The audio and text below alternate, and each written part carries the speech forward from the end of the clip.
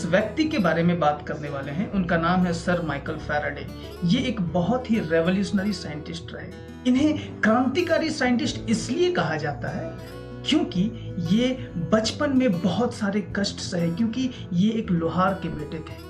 तो लोहार का बेटा से एक ऐसा सफर, मतलब कि बचपन में मजदूरी करते हुए वो बड़े होकर के एक इतने बड़े साइंटिस्ट बने जिनको फादर ऑफ इलेक्ट्रिसिटी का खिताब भी मिला। तो ये पूरा सफर के बारे में हम लोग जानेंगे कि कैसे सर माइकल फैराडे ने अपने जीवन का ये सफर को तय किया। और ये एक बहुत ही मोटिवेशनल स्टोरी है, इसे बहुत ही ध्यान से सुनिएगा। ये आपको इतना ज़्यादा मोटिवेट कर देगा कि आपको लगेगा कि आप भी अपने जीवन में कुछ कर सकते हैं, साइंस के फील्ड में कुछ बहुत बड़ा कर सकते हैं। तो चलिए हम स्टार्ट करते हैं सर माइकल फैराडे के लाइफ के स्टोरी से। तो स्टोरी कुछ इस प्रकार है कि सर माइकल फैराडे का जन्म एक क्रिश्चियन परिवार में हुआ और इनका जन्म सन 1791 यानी कि 1791 में हुआ। और उस समय वो तीसरे बेटे थे अपने फैमिली में, 4 बच्चों में वो तीसरे नंबर पे थे। इतना ही नहीं, उन्होंने बचपन में बहुत ही ज्यादा कष्ट सहा क्योंकि उनके पिताजी एक लोहार थे। तो उनके पास सफिशिएंट सब कुछ नहीं था, बस उनके पास जो सबसे बढ़िया कुछ था वो था उनके परिवार का संस्कार। उनके संस्कार के बारे में अगर बात किया जाए तो वो एक क्रिश्चियन फैमिली से बिलोंग करते थे। उनका संस्कार, उनके परिवार का जो संस्कार था, उन्हें ताकत देता था अपने काम के प्रति, और साथ ही साथ वो अपने मन को शांत भी रख सकते थे। ये तो बात है ही, सिर्फ इतना ही नहीं, हम लोग आगे जो बात करने वाले हैं, हम लोग जो आगे बात करेंगे कि कैसे इन्होंने आगे अपने लाइफ में एक साइंटिस्ट का रोल तय किया। अब जैसे जैसे ये बड़ा होते गए, तो जब ये 14 साल के हुए तो उस समय इन्होंने एक बुक बाइंडिंग कंपनी में अपना एक काम शुरू किया। दिन भर बुक बाइंडिंग करते थे, रात को किताब पढ़ते थे, और ये सिलसिला करीब 7 साल तक चला। साथ ही साथ बुक बाइंडिंग के साथ साथ पढ़ाई भी करते थे, और ढेर सारा किताब पढ़ने के साथ उनका जो इलेक्ट्रिसिटी के प्रति जो रुचि है वो बहुत ज्यादा बढ़ गया। जब वे 20 साल के हुए, यानी कि बात है 1812 का, उस समय हेम्फ्री डेवी एक बहुत ही जाने माने प्रतिष्ठित केमिस्ट हुए करते थे उस समय के, यानी कि जिसे आप रसायनज्ञ भी कह सकते हैं।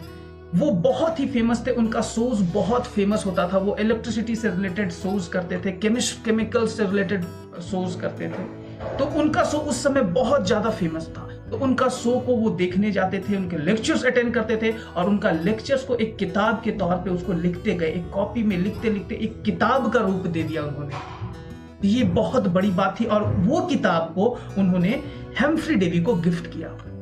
हेम्फ्री डेवी उनसे बहुत ही ज्यादा प्रभावित थे, बहुत ज्यादा प्रभावित थे। तो हेम्फ्री डेवी एक बार जब उसी दौरान 1813 के दौरान अपने केमिकल लैब में एक्सपेरिमेंट कर रहे थे, उस दौरान नाइट्रोजन ट्राइक्लोराइड के द्वारा उनके आंख पे बहुत गहरा असर पड़ा, जिनके कारण वो एक्सपेरिमेंट अब ठीक से नहीं कर पा रहे थे, वो काम ठीक से नहीं कर पा रहे थे। तो सिर्फ इतना ही नहीं, उन्हें एक असिस्टेंट का जरूरत था। उस समय उन्होंने सर माइकल फैराडे को कॉल किया और बुला लिया एज अ असिस्टेंट काम करने के लिए। उनके साथ वो बहुत सारे काम किए, और यहीं से उनका सफर स्टार्ट होता है। अब यहाँ पे बात आता है कि जब हम बात करें, अगर हम बात करें ओरस्टेड एक्सपेरिमेंट के बारे में, जैसे कि आपको यहाँ पे दिख रहा है, ओरस्टेड एक्सपेरिमेंट के बारे में अगर हम बात करें, तो ओरस्टेड एक्सपेरिमेंट में ओरस्टेड ने यह कहा था कि अगर कोई हमारा करंट कैरिंग कॉइल है, ये हमारा करंट कैरिंग कॉइल है, करंट कैरिंग कॉइल में अगर कोई भी मैग्नेटिक फील्ड इस तरह से जा रहा है, सॉरी, ये हमारा करंट कुछ इस प्रकार से अगर जा रहा है, तो इस मैग्नेटिक निडल में एक डिफ्लेक्शन आएगा। इस मैग्नेटिक निडल में क्या आएगा? एक डिफ्लेक्शन आएगा। ठीक है, इस मैग्नेटिक निडल में एक डिफ्लेक्शन देखा गया। ठीक है, अब अगर हम इस डिफ्लेक्शन के बारे में बात करें तो ये डिफ्लेक्शन कुछ इस तरह से देखा गया। एक करंट कैरिंग वायर में जब भी कोई के सामने एक मैग्नेटिक निडल को रखा गया था, तो इस मैग्नेटिक निडल में डिफ्लेक्शन पाया गया। मतलब कि इस करंट कैरिंग वायर पे कहीं ना कहीं, अगर हम इस करंट कैरिंग वायर के बारे में बात करें, तो यहाँ कहीं ना कहीं एक मैग्नेटिक फील्ड प्रोड्यूस हो रहा होगा, जो कि आपको दिख रहा है। एक मैग्नेटिक फील्ड प्रोड्यूस हो रहा होगा और इस मैग्नेटिक फील्ड के कारण इस मैग्नेटिक निडल में एक डिफ्लेक्शन आया। ये बात उम्मीद करते हैं आपको समझ में आ रहा होगा, ठीक है, कि कैसे इसमें एक डिफ्लेक्शन आया था। तो ये बात जब उनके दिमाग में आया तो अगर करंट के कारण मैग्नेटिक निडल डिफ्लेक्ट कर सकता है तो उनके दिमाग में आया कि क्यों ना हम ऐसा एक्सपेरिमेंट करें कि मैग्नेट के कारण हम इलेक्ट्रिसिटी प्रोड्यूस कर सके।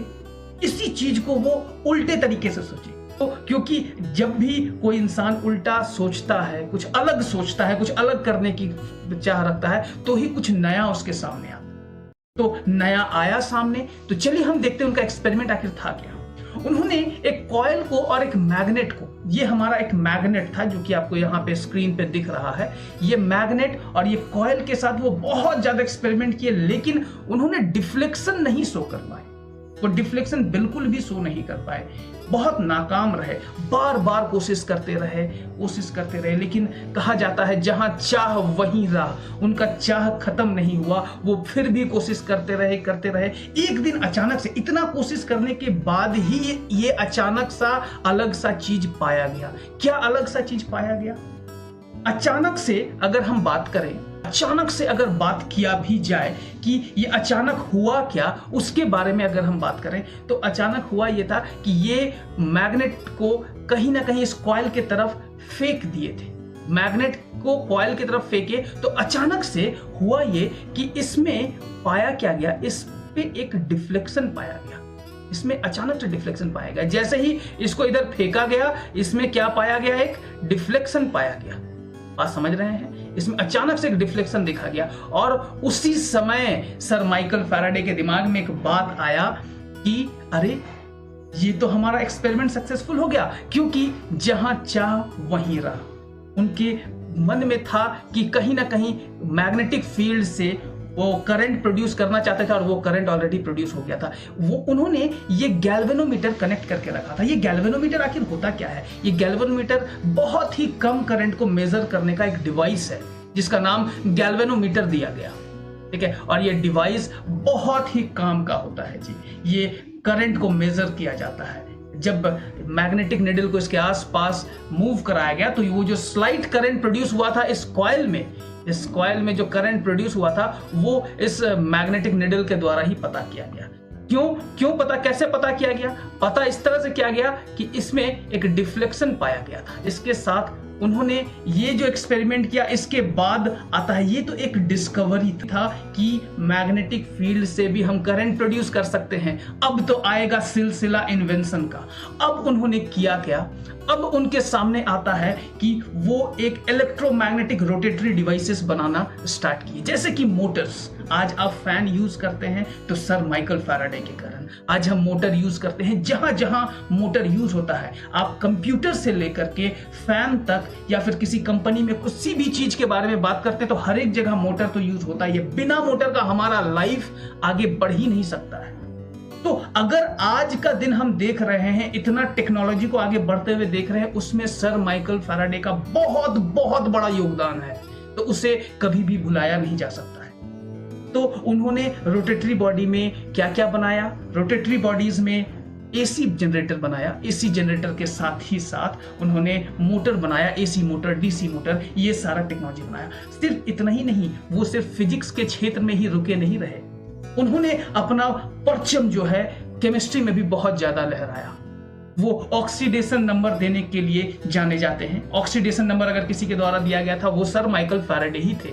उन्होंने बेंजीन का खोज किया, जिसके कारण आज हमारे केमिस्ट्री की दुनिया में बहुत ही बड़ा रेवोल्यूशन आया है। तो सिर्फ इतना ही नहीं, अपने काम से आगे बढ़ते हुए रॉयल सोसाइटी के मेंबर भी बने। उन्होंने बहुत सारा खिताब पाया, अपने नाम किया। और इसी के साथ फैराडे ने सारा बर्नार्ड से शादी किया करीब 12 जून 1821 को। वो लोग अक्सर मिला करते थे एक चर्च में अपने फैमिलीज के साथ। उन्होंने अपने एक साथ अपना सारा जीवन बिताया, लेकिन उनके कोई बच्चे नहीं थे। इसी के साथ अगर हम सर माइकल फैराडे के बारे में बात करें तो सर माइकल फैराडे 1867 में 25 अगस्त हमें छोड़ के चले गए। और अपना नाम पूरे विश्व में इस तरह से किया कि आज भी उन्हें लोग याद करते हैं। अगर भी किसी को इलेक्ट्रिसिटी के बारे में बात करना हो तो एक बार फैराडे का तो नाम लेगा ही लेगा, कोई भी।